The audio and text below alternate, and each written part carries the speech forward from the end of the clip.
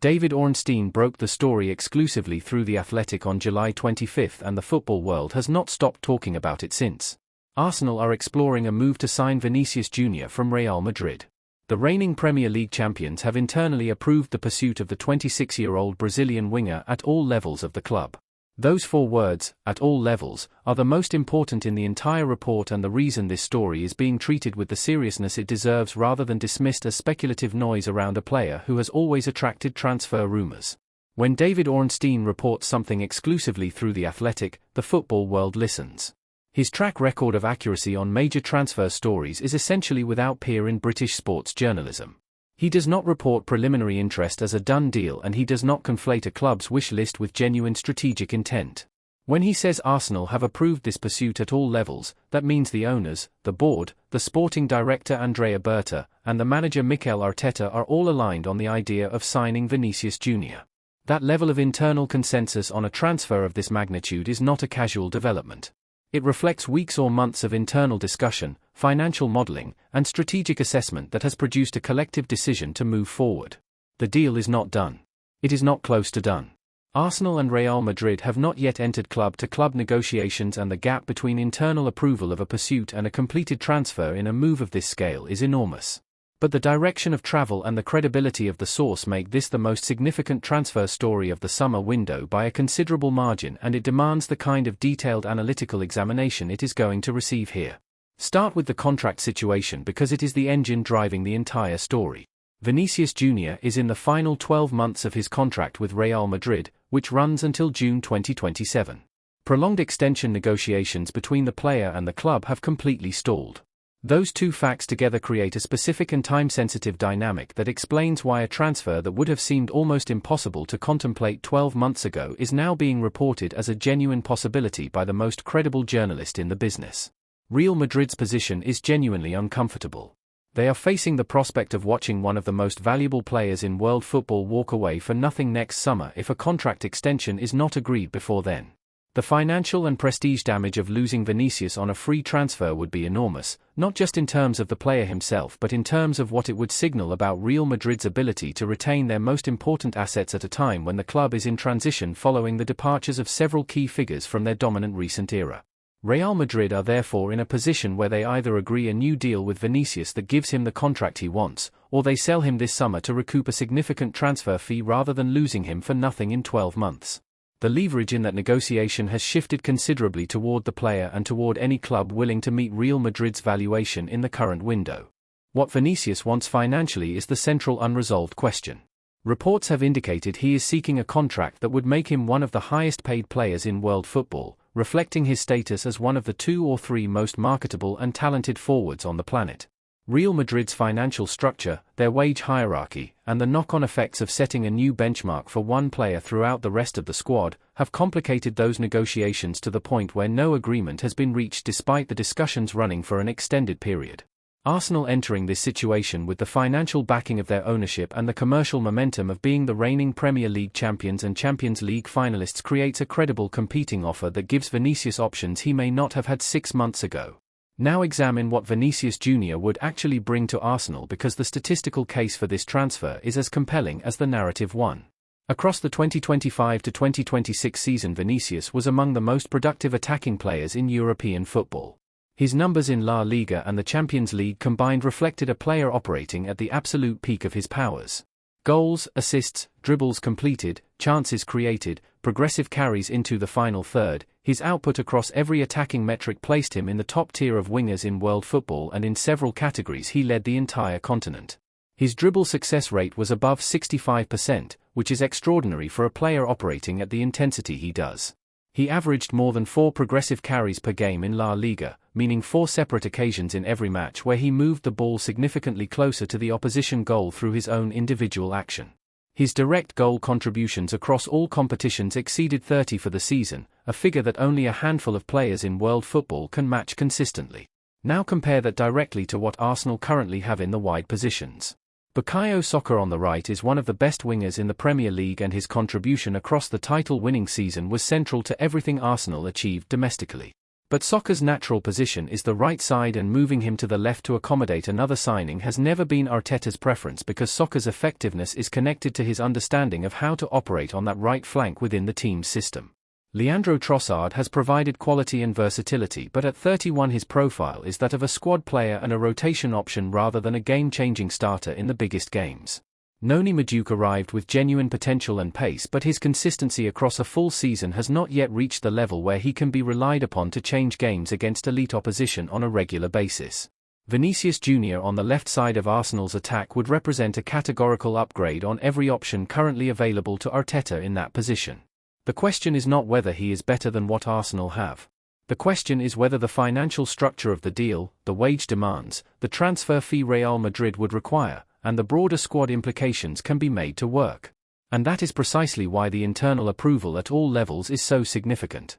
It means Arsenal believe the answer to those financial questions is yes, or at least that the possibility is worth pursuing seriously enough to begin the process of finding out.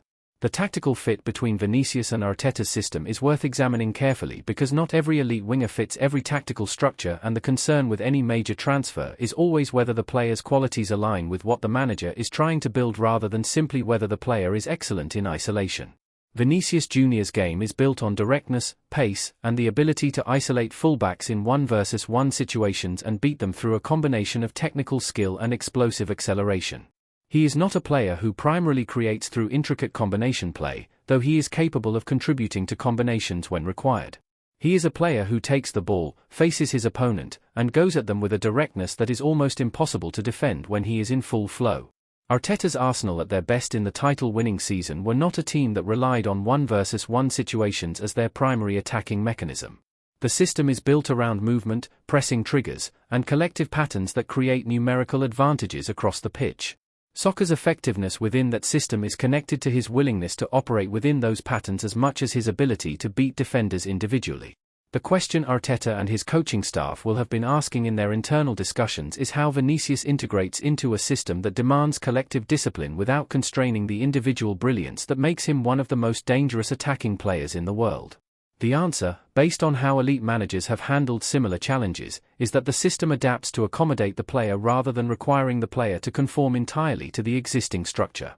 Guardiola adapted Manchester City's system to accommodate Erling Haaland in ways that were initially questioned and that produced the most prolific attacking season in Premier League history.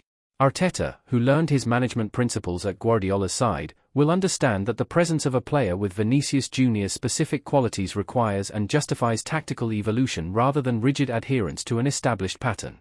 The version of Arsenal with Vinicius Jr. on the left would not look identical to the version that won the Premier League title, but it would in all probability be more dangerous in the biggest games against the best opposition. The Champions League dimension is crucial to understanding why this transfer makes sense strategically for Arsenal at this specific moment.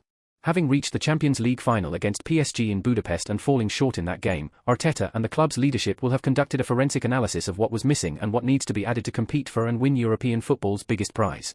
The gap between Arsenal's current attacking threat and what the elite European clubs can produce in the final third of their attack was visible in the PSG final. Vinicius Jr. does not close that gap partially. He eliminates it entirely. A front three of Saka, Gyökeres, and Vinicius Jr. would be among the most feared attacking units in world football, and the kind of combination that genuinely changes the conversation about Arsenal's prospects in European competition from serious contenders to genuine favourites. The Bruno Guimarães situation runs alongside the Vinicius story as the other major Arsenal transfer development of the current window, and the two moves together paint a picture of a club thinking very specifically about what it needs to take the next step. Guimarães at Newcastle United has been one of the best central midfielders in the Premier League across the last 2 seasons. His ability to operate as a genuine box-to-box midfielder, contributing defensively with high-intensity pressing and interceptions while also driving forward, carrying the ball, and contributing to chance creation, would add a dimension to Arsenal's midfield that addresses one of the areas where the coaching staff will have identified room for improvement. The combination of Vinicius Jr. and Bruno Guimarães in the same transfer window would represent an extraordinary statement of ambition from Arsenal and would signal clearly that the club intends to move from being a team that competes for the Champions League to being a team that expects to win it. Whether both moves can be completed in the same window given the financial requirements of each deal individually is the practical question that Andrea Berta and the ownership group will be working through. Andrea Berta's record in the transfer market since arriving at Arsenal is the reason there is genuine confidence that the club can navigate complex negotiations of this nature. The Zubimendi deal, agreed in advance and completed without a bidding war. The Gyökeres signing, executed cleanly and at a price that now looks like outstanding value given what the striker has produced. The pattern is one of a sporting director who identifies his targets early, builds relationships with the relevant parties before negotiations become competitive, and structures deals in ways that protect Arsenal's financial position while still securing the players the manager needs. Vinicius Jr. is a different scale of challenge from anything Berta has previously attempted at Arsenal, but the approach will be the same. Patient, methodical, relationship-driven, and focused on finding the structure that works for all parties rather than engaging in the kind of public bidding war that inflates prices and benefits selling clubs. Real Madrid's valuation of Vinicius is the central financial obstacle. Given that he is in the final 12 months of his contract, there is a theoretical argument that his price should be lower than it would be for a player with several years remaining. But Real Madrid are sophisticated enough to understand that the market for a player of Vinicius Jr.'s quality and age is not governed by standard contract valuation logic. His age profile, 26 with potentially 8 to 10 more years at elite level ahead of him, his commercial value which is among the highest of any footballer alive in terms of global brand reach and sponsorship revenue, and his on-pitch contribution which has been consistently world-class for the last 4 seasons, all combine to support a valuation that would still represent one of the largest transfer fees in football history regardless of the contract situation. The number being discussed in various reports ranges widely, but a fee in the region of €150 million upward is the realistic framework for what Real Madrid would require to sell this summer rather than risk losing him for nothing next year. Arsenal's Champions League revenue, their commercial growth under Arteta, and the financial backing of their ownership group means that figure is not beyond their capacity in absolute terms. Whether it represents the right allocation of resources relative to other priorities the club has is the more nuanced financial question that the internal approval process will have addressed. The player's own perspective is the element that is least publicly documented at this stage but is ultimately the most important factor in whether this transfer happens. Vinicius Jr. at Real Madrid has won Champions League titles, a La Liga title, and established himself as one of the 2 or 3 best players in the world within the club environment that has historically been the most successful in European football history. The pull of staying at Real Madrid, of potentially extending a legacy that is already historic, is not a trivial consideration. What would draw him to Arsenal is the combination of a project that has genuine Champions League ambition backed by evidence of recent finals appearances, the Premier League as the most commercially and competitively prominent domestic league in world football, a manager who has demonstrated the ability to develop elite attacking players to their maximum potential, and a contract offer that reflects his status as a player of the very highest caliber. The reigning Premier League champions pursuing one of the 2 or 3 best attacking players in world football is a statement about where Arsenal see themselves in the football hierarchy. 3 years ago this would have been a fantasy story dismissed within hours of emerging. Today it is being reported by David Ornstein with the specificity of internal approval at all levels. That transformation in Arsenal's standing, in their financial capacity, in their attractiveness as a destination for elite players, in the credibility of their project at the very highest level, is itself one of the most important parts of this story. Whether Vinicius Jr. ends up in red and white this summer or not, the fact that this pursuit is being reported seriously and is being taken seriously by everyone in football is the clearest possible signal of how far Arsenal have come under Arteta and how high the club's ambitions now genuinely reach. This is not a club exploring whether it can attract a world-class player on the off chance something works out.